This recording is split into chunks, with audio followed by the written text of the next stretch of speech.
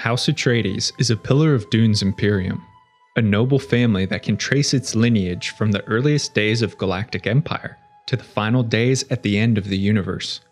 Loyalty and virtue bolster House Atreides, which gleams as a moral beacon amidst the dark corruption of House Carino's empire. Power flows in their veins, and Atreides have given rise to the likes of Paul Muad'Dib and the God Emperor Leto II, figures that bend reality to their whim and transcend time. The time is the 2nd millennium BCE. The place is Greece and its surrounding islands on Earth. It's an age of myth and legend. King Pelops and Queen Hippodamia of Mycenae give birth to a son. Fearless and insatiable, he's a man known to have reversed the course of the sun. His name is Atreus.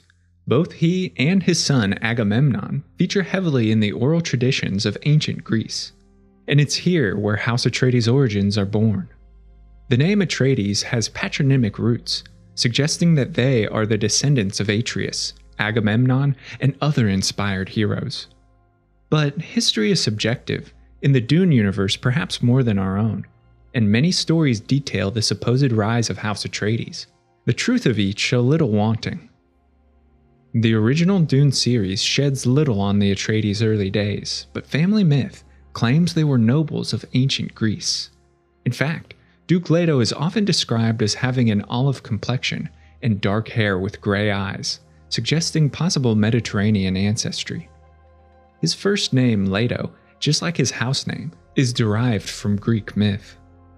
Like other ancient and great houses, they rose to prominence in the years surrounding the Butlerian Jihad and captured recognition in the Battle of Corin in 88 BG. In the war's aftermath, the noble house from Seleucus Secundus renamed themselves Carino and claimed the Lion Throne, acting as Padishah for a newly established empire. The Battle of Corin is significant not only in the formation of a new government, but it was here that the Atreides' rival House Harkonnen were branded cowards, sparking a dangerous blood feud between the two families that rages for thousands of years. In the time of the first novel, House Atreides has made a bastion of the water-rich planet Caladan, which they've ruled in fief complete as dukes for many years. Little detail is given to house rulers before Paul's grandfather, who is himself simply referred to as the Old Duke, who met his death while fighting a Seleucian bull. The Old Duke was known to have inspired unquestionable loyalty in members of his household.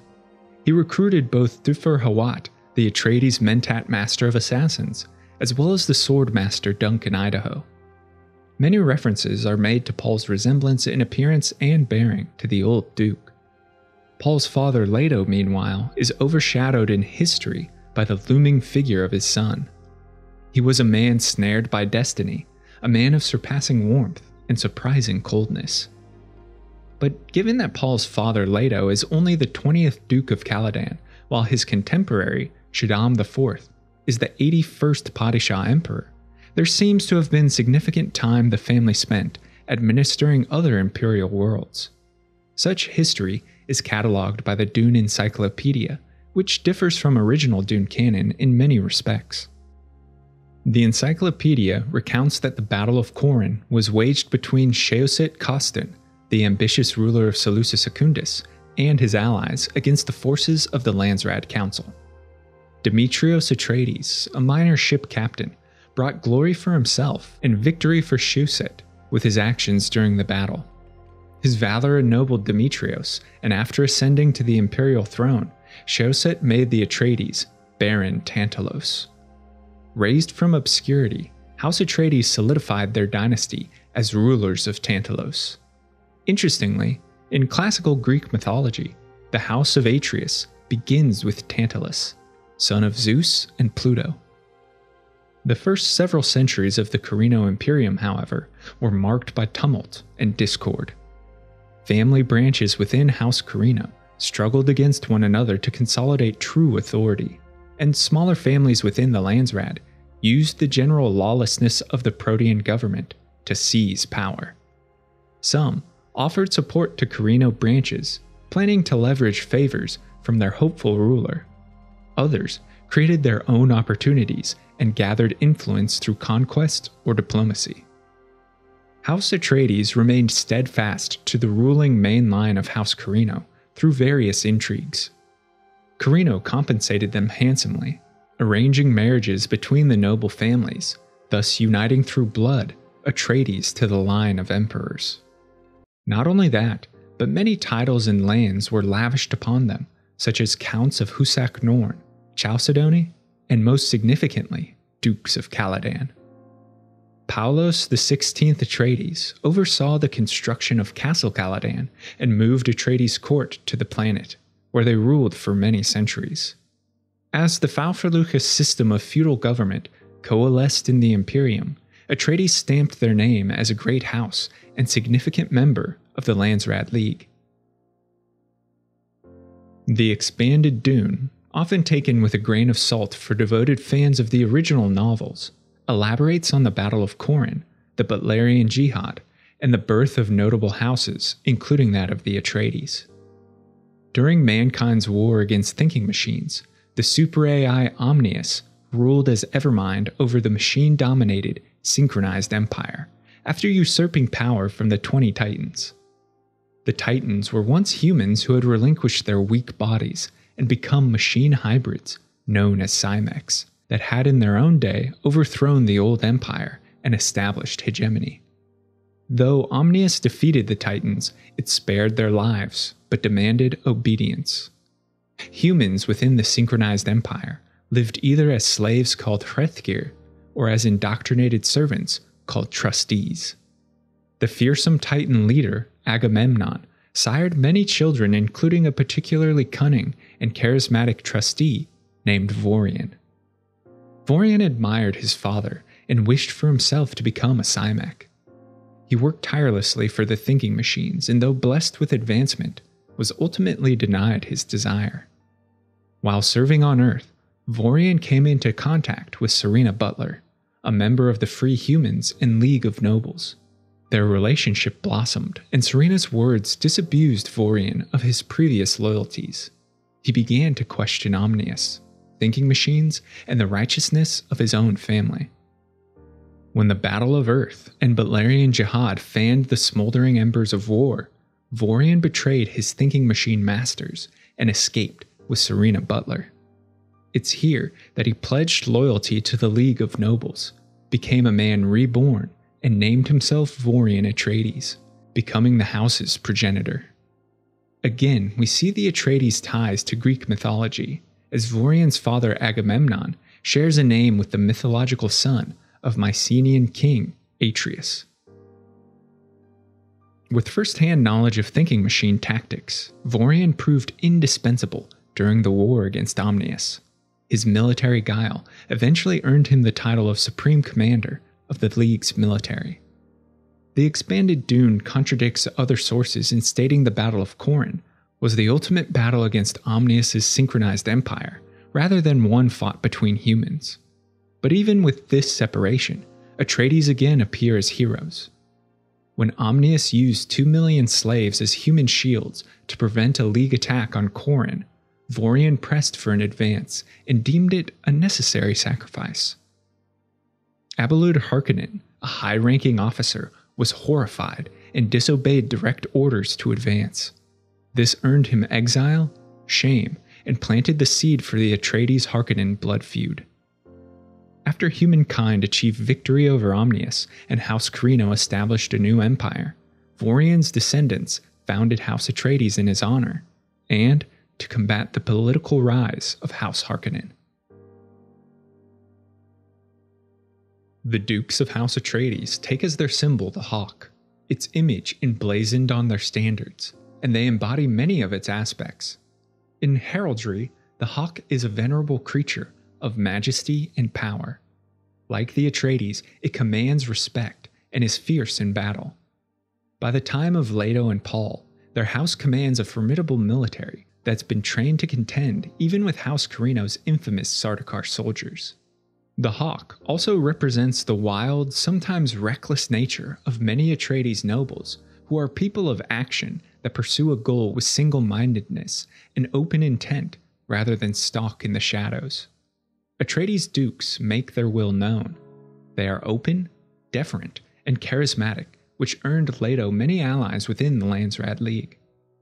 In mythology, the hawk is often a herald of wisdom and a symbol of prophecy, alluding to the powerful prescient ability manifest in the Atreides genes. Most notably, Paul Atreides, the son of Leto and Lady Jessica, possessed limited innate prescience that was greatly expanded when he was exposed to the narcotic spice melange while on Arrakis. Paul's son, Leto II, was not only a preborn who had his genetic memories awoken while still in the womb, but possessed even greater prescient ability than his father, and while under spice-enhanced visions, witnessed the golden path that secured humanity's continued survival. Far into the future, following the scattering and return of the Lost Ones, both Darwi O'Drady and Miles Tegg, descendants of the Atreides bloodline, are remarked as having minor prescient ability, suggesting the trait is deeply embedded in the noble family's DNA. The Red Dukes ruled Caladan justly. They maintained the planet in a largely agrarian state, with few urban centers and limited technological development. Atreides instilled loyalty and purpose in their people. They earned respect through action, earned trust through character. Under the Atreides, Caladan was a vibrant paradise where solidarity was valued above self-interest, and there were few plays for power the likes that one might find within the ruthless courts of House Harkonnen or Carino. Despite this, Atreides employed a great navy and skilled military. Their alliance with the swordmasters of House Ginaz afforded their soldiers the best training within the Imperium, and Duke Leto had as retainers such legendary warriors as Gurney Halleck and Duncan Idaho. Among the Landsraad, House Atreides were known for their comparative honesty. Corruption, espionage, and assassination were rampant within the Imperium, and though House Atreides did employ these methods at times, they maintained the image of a pristine and noble house. Many flocked to House Atreides for alliance or protection, and Duke Leto's charisma rallied many to his cause, much to the consternation of the Padishah Emperor. We see also the charisma of Duke Leto in how quickly House Atreides established a working relationship with the Fremen of Arrakis. He was a man who spoke plainly and acted with integrity, traits the Fremen valued in their own culture, and he shared the vision of Liet Kynes in establishing an oasis of green on Arrakis in the distant future. A plot hatched in secret led nearly to House Atreides' destruction. Baron Vladimir of House Harkonnen appealed to Shaddam IV Carino that their respective bases of power would be better without the Atreides. As Lady Jessica states, the Harkonnens won't rest until they're dead or Marduk destroyed. The poison in him, deep in his mind, is the knowledge that an Atreides had a Harkonnen banished for cowardice after the Battle of Corrin. The Baron wished to act on the millennia of blood feud and exterminate his rival household entirely, while he played on the Emperor's fear that Leto had gained too much influence in the Landsraad and threatened the Lion Throne. Shaddam uprooted the Atreides from Caladan and placed them on foreign Arrakis, then lent legions of Sardaukar to assist a Harkonnen strike on the planet. Though their treachery kills Leto and nearly all of the Atreides' forces, Paul escapes to the Fremen-controlled desert and stirs religious fanaticism to aid his vengeance, thus sparking the Arrakis Revolt. What should have been the end of House Atreides, instead, lays the groundwork for the formation of the Atreides Empire, as Paul uses the Fremen to depose Shaddam IV and claim for himself the Lion Throne. This coincides with the establishment of Muad'Dib's religion and a jihad that sees billions forcibly converted or slain outright as Fremen surge across the known universe. Paul and his son Leto will go on to rule for over 3,500 years. Most significant to history is how these events cement members of House Atreides in not only politics but also religion. Of course, Paul fits the messianic mold of the Lisan al-Gaib, fashioned by the propaganda of the Bene Gesserit sisterhood to control the Fremen. But his father Leto is remembered as a martyr, his skull enshrined within Arrakis. Alia Atreides is remembered as Saint Alia of the Knife, whom the Fremen see as the Earth figure, a demigoddess whose special charge is to protect the tribes through her powers of violence. She is Reverend Mother to their Reverend Mothers. During her regency after Paul's death, Alia gained significant influence through her cult of personality and mysticism. In fact, the name Alia means exalted, sublime, or rising, suggesting her connection to the divine. And in the Zen Sunni religion, Alia translates to God's handmaiden. Lady Jessica, Ghanima, all members of the Atreides household are canonized in some way or another. They are worshipped and revered. Time warps them into beings of heavenly power. The greatest example of this is Leto II, the worm and god emperor of Arrakis, who bound all the universe to his will and greatly molded culture, society, history. House Atreides and its members so greatly impressed themselves on humankind's collective psyche that they are still present even thousands of years after the collapse of their empire. Leto II is described as the biggest juggernaut in human history, rolling over social systems, rituals, religions. It was an accomplishment that the finest religious engineers of the missionary Protectiva admired with frustrated awe. In 1500 years since the tyrant's death, the sisterhood remained powerless to unlock the central knot of that fearsome accomplishment. Paul and Alia's legacies are also long-lived.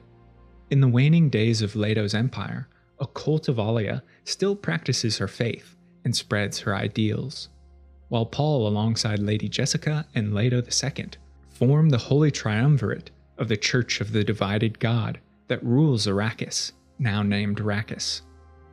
A form of Leto's religion lives on amongst the Bene Tleilax, who viewed him as the prophet of God and worshipped the sandworms of Arrakis as messengers. And the Atreides name is still used to rally others. When the Lost Ones return from the Scattering, a deviant sect of the Bene Gesserit known as the Honored Martyrs threatens to upend stability and conquer the old empire. Darwi O'Drady, herself a descendant of House Atreides, pens the Atreides Manifesto, a particularly powerful piece of propaganda that circulates throughout the empire, especially within the Bene Tleilax, and leverages people's faith in the name to further the sisterhood's own designs. Only the Atreides genes can confront the dangerous Lost Ones, and only the sisterhood controls those genes. Which leads to House Atreides' most widespread, longest-lasting, and significant legacy: the gene that confers invisibility to prescience, passed on through the blood of Siona. Siona Atreides was the culmination of Leto II's own breeding program to produce an individual who was invisible to the Oracle. This ability was paramount to his golden path, as many potential futures saw humanity's death through advanced hunter-seeker thinking machines that possessed prescience. The vision is detailed in this paragraph. The seeking machines would be there, the smell of blood and entrails, the cowering humans in their burrows aware only that they could not escape. Like the terrible machines of that apocalyptic vision, the Predator could follow any creature who left tracks. Both Paul and Leto described their prescience as a form of prison, and Mother Superior Terraza said their entire lives were devoted to trying to break free from chains they themselves created. With Siona's gene, the development of no ships and no globes, humanity finally broke free from the shackles of time and could make its own future. Siona Atreides and Agola of Duncan, Idaho, gave birth to many children who soon spread the Siona gene of invisibility across the known universe, forever mystifying the predator that nipped at humanity's heels. House Atreides, a dominant and steadfast member of House Carino's Imperium, a family that eventually claimed the title of emperor and ruled absolutely for millennia, a bloodline that emerged from the ancient days of Earth to trace all the way to humankind's final moments. It's safe to say Dune's universe would not be so grand or eternal without the noble house from Caladan. Thanks so much for watching and listening to this video on the history of House Atreides in Frank Herbert's Dune. Let me know your thoughts on their origins, the great Atreides characters, as well as your own insights and suggestions for future videos in the comments below. And if you're a fan of lore and storytelling, be sure to subscribe to the channel, check out the podcast where content is uploaded frequently.